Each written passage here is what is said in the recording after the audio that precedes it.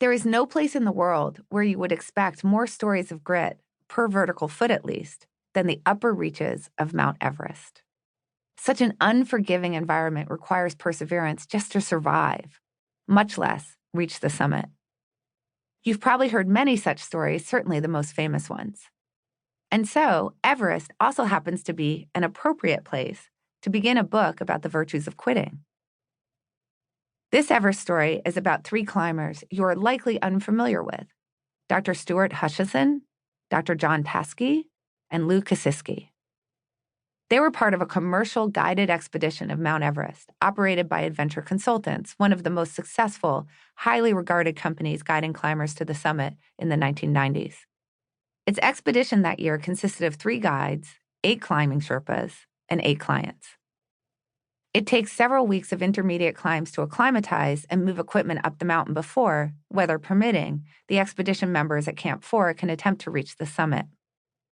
Hutchison, Taskey, and Kosiski had become friendly and climbed together that year on the numerous treks between Base Camp at 17,600 feet and Camp 4 at 26,000 feet. Companies like Adventure Consultants had made it possible for relatively inexperienced climbers to reach the summit of the world's tallest mountain. All you needed was $70,000 to cover the costs, enough free time to spend several months in Nepal, and to be in good physical condition. This last requirement is, of course, no guarantee of success or safety. The air above 25,000 feet is too thin to sustain human life for an extended period. In addition, the average temperature during climbing season is minus 15 degrees Fahrenheit, or minus 26 degrees Celsius. Anybody who reaches the summit or gets anywhere high on the mountain must be capable of persevering in conditions most people could not handle. Back at base camp, the expedition leader had impressed on the clients the importance of having strictly observed turnaround times for each day's climb up the mountain as they ascended from the foot of Everest to each intermediate camp and ultimately to the summit. While at base camp, the expedition leader set the turnaround time on summit day at 1 p.m. A turnaround time is, simply put, the time at which climbers are to stop their ascent, even if they haven't yet reached their destination, and return to camp.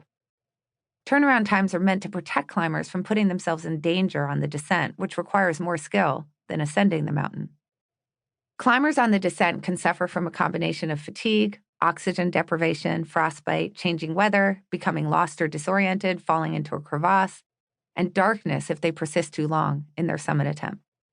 The darkness and fatigue multiply the likelihood of making a mistake and slipping on the narrow southeast ridge, where a misstep can cause you to fall 8,000 feet to your death into Tibet, or 12,000 feet to your death into Nepal.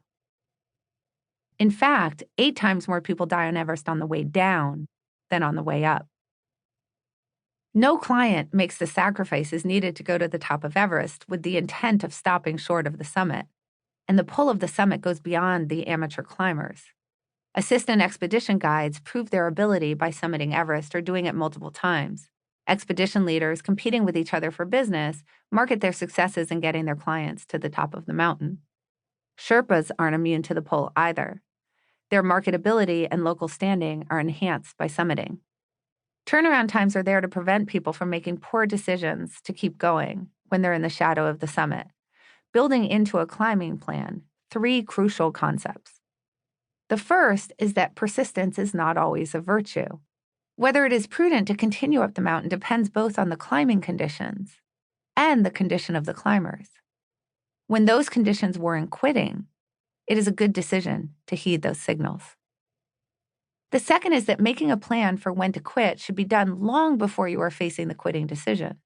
It recognizes, as Daniel Kahneman has pointed out, that the worst time to make a decision is when you're quote-unquote in it.